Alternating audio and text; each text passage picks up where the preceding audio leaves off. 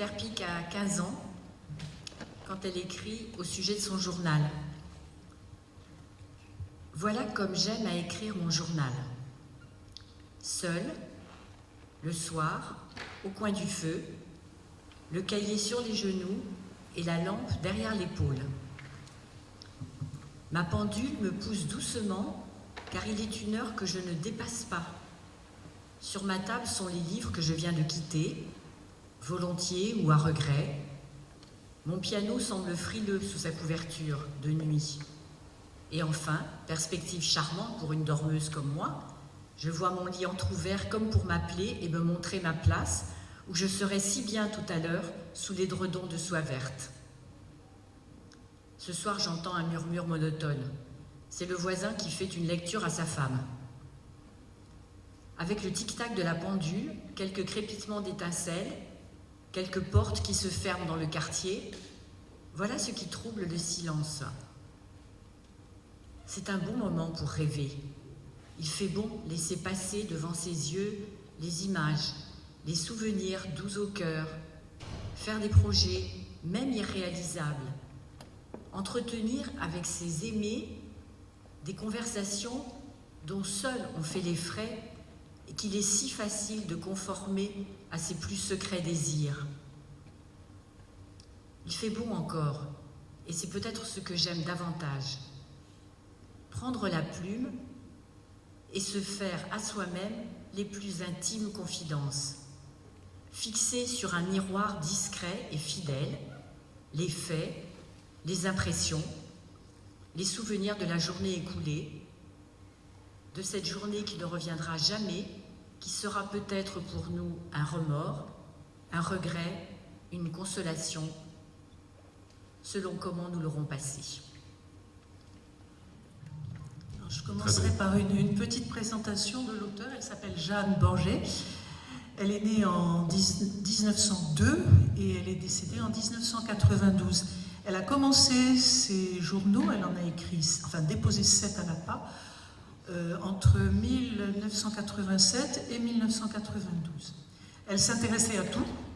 Elle s'intéressait à l'actualité politique, aux polémiques locales, particulièrement les problèmes de l'achat de la maison d'Isieux, les traditions bugistes, traditions culinaires, culturelles, la détérioration de la nature et des animaux, mais aussi des réflexions sur la vieillesse, le temps qui passe et l'éloge de l'amitié. Elle vient régulièrement dans le Bugey à l'automne et au printemps avec des amis. Elle visite en particulier les localités de Luis et de Rix, que vous connaissez certainement, qui dominent le Rhône. Dans ce texte, elle prend la défense de la nature, de la diversité de la nature à propos de l'abattage d'un lynx aux environs de Luis. C'est donc une écologiste avant l'heure. Lundi 5 septembre 1988.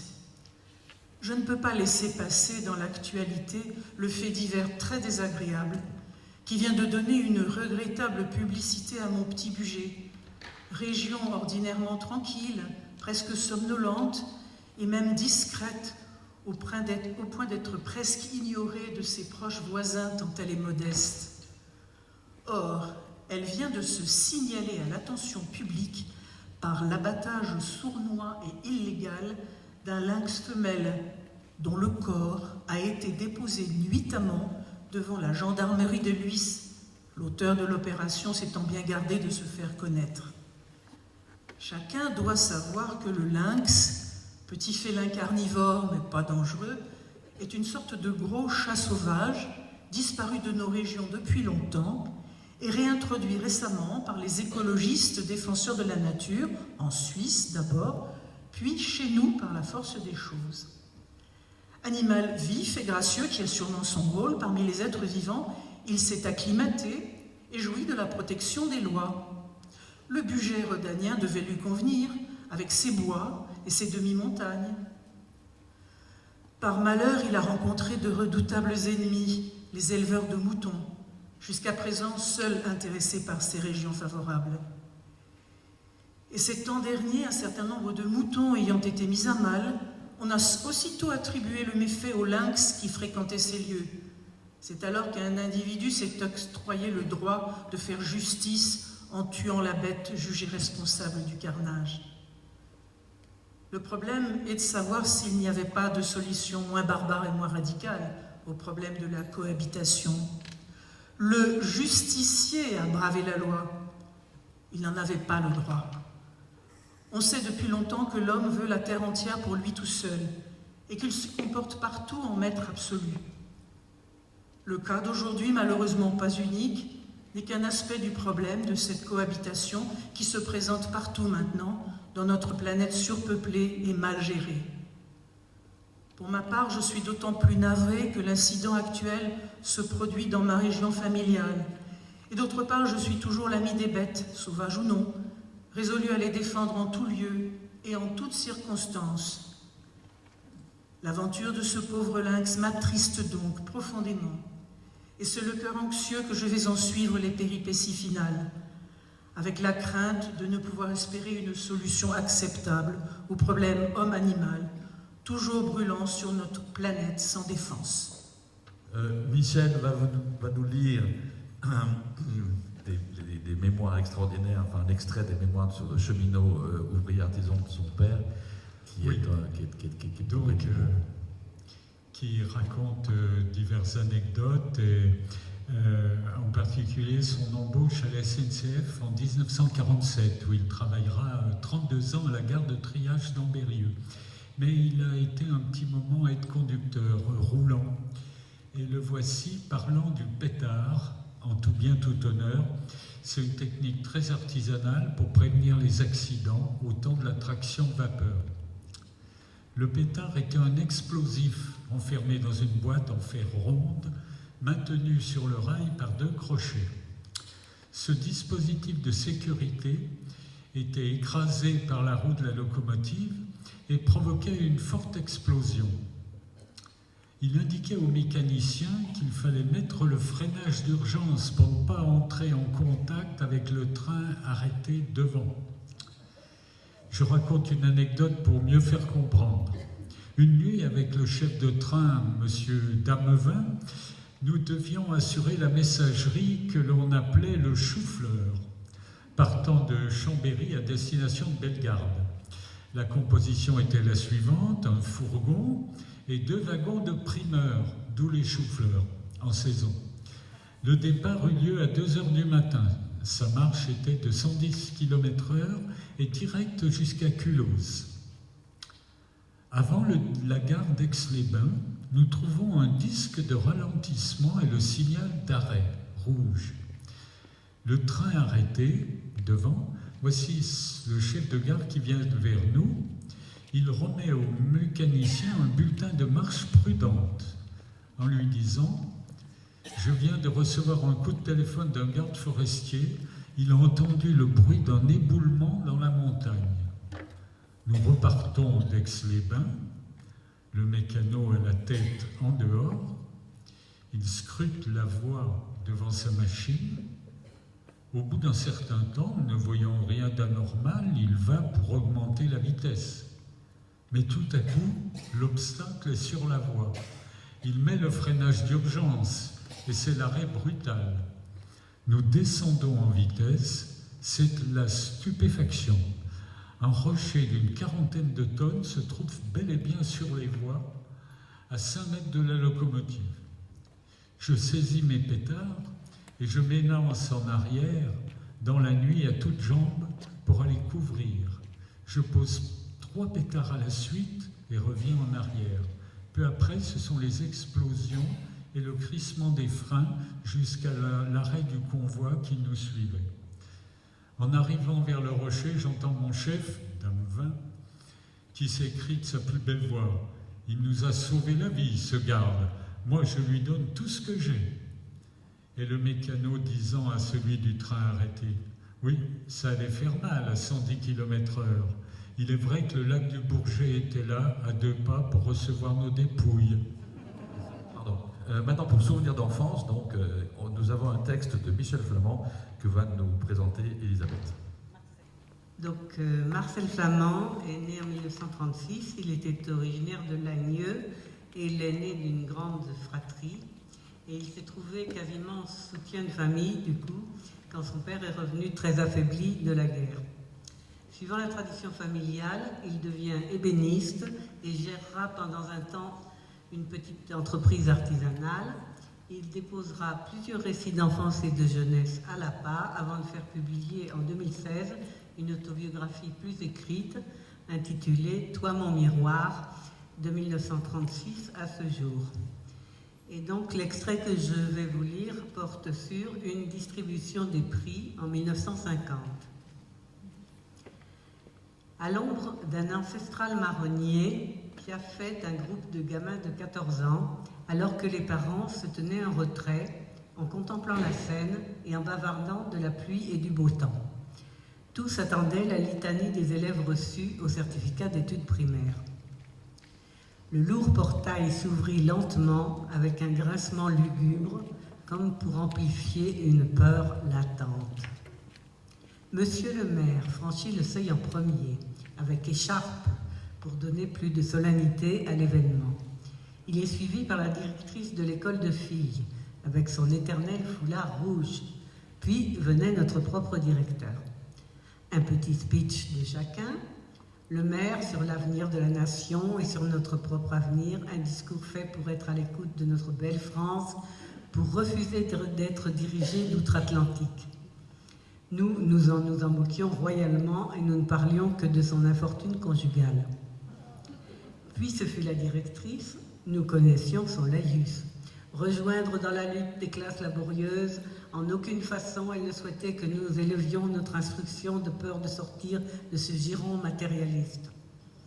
Puis enfin notre directeur, vous avez été de bons élèves, soyez de bons citoyens. Il nous avait montré le fronton de l'école où était écrit « Liberté, égalité, fraternité » en nous disant que c'était un cadeau des révolutionnaires. Savait-il, le bougre, que cette même devise était celle du compagnonnage bien avant la Révolution, au dire de mon grand-père qui en était membre. Suivant leurs souhaits, nos jeunes oreilles auraient dû être incrustées par ces moments et nous aurions dû être plus réceptifs. Mais les paroles familiales priment parfois sur celles des dignitaires endimanchés. La directrice nous parla aussi des jeunes de notre âge, qui étaient tombés sous les balles de la dictature nazie. C'était il y a 6 ans, sous nos yeux, comme si nous ne nous en souvenions pas. Perdait-elle la mémoire? Notre directeur, lui, se contenta de dire que nous avions été de bons élèves et qu'il était content du résultat. Seule fausse note, il glissa perfide. Peut-être que certains auraient pu travailler davantage au lieu d'aller à la messe. Et il venait nous parler de liberté. Ces personnages avaient chevillé au corps leur profonde conviction politique. En cet instant, j'aurais souhaité une confrontation du curé de notre caté avec l'un d'eux, mais il se fuyait comme la peste. Le curé qui nous disait qu'il était impossible que l'homme descende du singe, et surtout pas le pape, en aucune manière, que Darwin était un fou avec son évolution des espèces. Et à l'école, l'instituteur disait « L'homme, il y a des milliers d'années, grimpait aux arbres, mangeait ses frères pour se nourrir, mais aussi son cerveau pour prendre son esprit. » Il n'avait pas d'outils et ne pouvait donc pas confectionner une croix. À défaut de cette confrontation, il me faudra chercher par moi-même plus tard. La contradiction n'est-elle pas l'essence même de la pensée? Deux réflexions et l'homme réfléchit. Je vais vous lire un petit texte pour illustrer Promenade des saveurs, qui se passe, donc, qui a été écrit par Maurice Tiraboschi, qui est né en 1932 et qui est mort en 2023. Et il a écrit je vous le montre, je voulais les montrer aussi pour les autres. Donc voilà, ça ce sont le dépôt de Robert Vanet, le père de Michel, qui a écrit toutes ces histoires dont l'extrait a été lu. Et moi je vous parle donc d'un dépôt qui s'appelle Il Terral de la Polenta, donc c'est ce que vous pouvez consulter si vous venez au fond de la PA pour vos recherches, votre curiosité. Donc Maurice Tiraboschi, il est né en 1932, c'est le fils d'un émigré italien qui est arrivé à Ambérieu en 1922. Sa vie s'est presque entièrement déroulée dans le quartier de Tiret, c'est un quartier d'Ambérieu, et cet extrait raconte la vogue, qui est une fête villageoise qui a lieu le jour de Pâques et où le père de Maurice prépare la polenta. Le jour de Pâques, c'est la tradition. Saint Georges est honoré, reconnu patron du quartier de Tiret. Cette tradition porte le nom de vogue, grande fête organisée par les jeunes, garçons et filles, du quartier, de la classe ou la sous-classe, en fonction de l'année de la vogue. À l'âge de 19 et 20 ans, nous n'avons pas manqué de la fêter à notre tour. C'est aussi le jour très attendu par les danseurs et par les enfants. Cette vogue est réputée, c'est la première du canton. Et la jeunesse des alentours l'attend pour pouvoir enfin se divertir. J'ai le souvenir que pour la vogue de Tiret, il fallait que nos jardins soient finis de bêcher. Avec les copains, c'était notre fierté. Pour se faire un peu d'argent qui sera dépensé les jours de la vogue, on se proposait pour bêcher les jardins des veuves ou de celui qui voulait bien nous employer. On ne manquait pas de propositions. Ceux qui nous employaient étaient assez généreux. La vogue, c'est une fête qui dure au moins 10 jours. Surtout pour les conscrits, l'ambiance est bonne, la musique retentit très fort toute la journée et la soirée. À part quelques ronchons, personne ne se plaint des décibels diffusés par les haut-parleurs. Au contraire, c'est une belle animation et l'occasion de découvrir les noms de nouveaux chanteurs et d'écouter leurs nouvelles chansons. C'est également le jour où l'on fait un repas festif.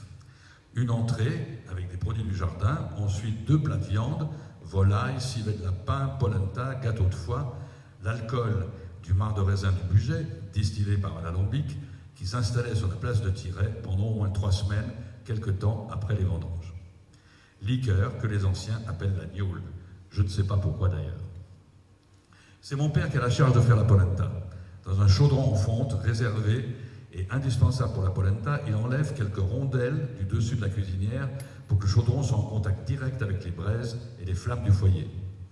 Il lui fait changer de position sans arrêt et il a fabriqué un gros couteau avec un gros bâton en bois qui est indispensable pour brasser cette polenta.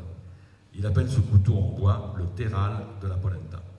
Titre que j'ai eu envie de donner à mes mémoires et ce que j'ai fait finalement. C'est obligatoirement une appellation italienne. Quand la polenta est prête, mon père bascule le chaudron et la polenta se retrouve sur un grand plat ou sur un linge. Elle est consistante et garde la forme du chaudron. Tout le monde se rassemble rapidement autour de la table. Il faut la manger très chaude avec le civet. Chacun prend sa part, fait un creux dans la polenta avec le dos d'une cuillère pour recevoir la sauce du civet, ce qui agrémente la polenta. C'est surtout la sauce qui accompagne la viande du lapin qui est intéressante. Un vrai régal. Le terral, je l'ai conservé, il se trouve dans le bureau de notre maison. C'est un beau souvenir. Nous avons en plus la chance, pour l'extrait de Deuxième Guerre mondiale, nous avons la chance d'avoir ce soir parmi nous des descendants de la personne qui a déposé et qui a écrit l'extrait que Marion va nous lire. Louis Bouvard, 1934-2019. Mes joies, mes peines, ma vie. C'est le titre de son livre. C'est quelqu'un qui a fondé la compagnie du Singe Vert, si vous me corrigez, c'est voilà, d'Équilibris, qui a une certaine renommée, qui a circulé.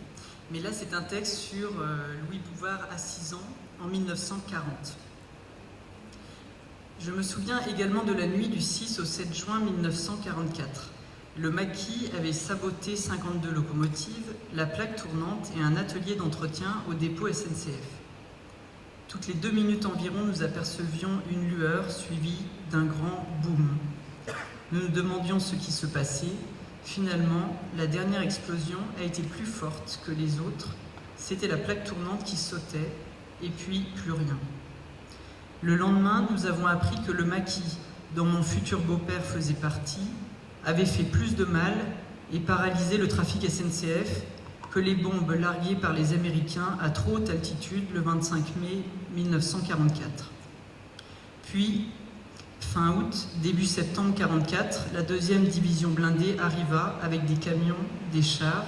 Ambérieu était libéré. Nous ne savions pas ce qui arrivait, cela faisait énormément de bruit, avec des centaines de chars qui passaient et le sol vibrait. Nous allions les voir sur la grande route, et les soldats nous lançaient des biscuits sous papier cellophane, et nous étions très surpris, car nous ne savions pas ce que c'était. Ils nous lançaient aussi des paquets de cigarettes et des chewing-gums. Je ne savais pas également ce que c'était, mais quelqu'un nous a dit « cela se mange ». Nous en avons avalé quelques-uns avant de comprendre qu'il ne fallait pas les avaler, mais les mâcher. C'est lors de ce défilé que je vis pour la première fois des hommes noirs. Cela m'a beaucoup impressionné, Avant 1944, je n'en avais jamais vu. Et voilà, et pour conclure, donc, Ambérieu, ville de l'autobiographie, c'est Bernard qui va nous lire un extrait sur cette thématique. Voilà, ce sera effectivement, comme vous le voyez, le dernier chapitre, où il y aura d'abord effectivement une présentation de comment, pourquoi Ambérieu est devenu ville de l'autobiographie. Et le contenu de cette section, ça va être un certain nombre de récits de gens qui ont participé à des journées d'autobiographie. Nous sommes aux 31e journées d'autobiographie, et ce sont les 15e qui ont lieu à Ambérieu. Donc vous voyez, il y a de la matière, à différentes époques, à différents moments de l'APA, de retrouvailles qui se passent ici. Celles qui vont être évoquées maintenant sont celles de 1999 par Malou de Gaulmin. Nous venions, Pierre et moi, pour la première fois aux journées de l'APA. Et si nous connaissions déjà les organisateurs, nous ne connaissions pas les membres de l'association qui étaient venus de toute la France, plus nombreux que nous n'imaginions. L'APA ouvre un espace de rencontre inattendu ou inespéré entre des personnes que leur région, leur mode de vie, leur génération séparent. J'ai beaucoup apprécié la présence de gens de tous les âges et la qualité d'écoute et d'attention que chacun recevait des autres. Il était évident pour tous que l'expérience de chacun était précieuse et que toute personne accroît le patrimoine commun par le témoignage de sa vie. J'avais d'abord imaginé que l'APA recueillait des documents d'archives familiales des siècles passés, dont les descendants cherchaient à se défaire sans les faire disparaître.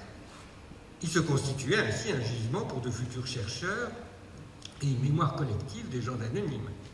J'ai découvert dans les gardes de mémoire que les déposants étaient souvent les écrivains et qu'ils confiaient leur ouvrage à peine achevé à ce fonds de l'APA, sans l'espoir d'une éventuelle publication, mais dans l'attente d'une sorte de reconnaissance donnée par les membres de l'association, par l'archivage et par la conservation.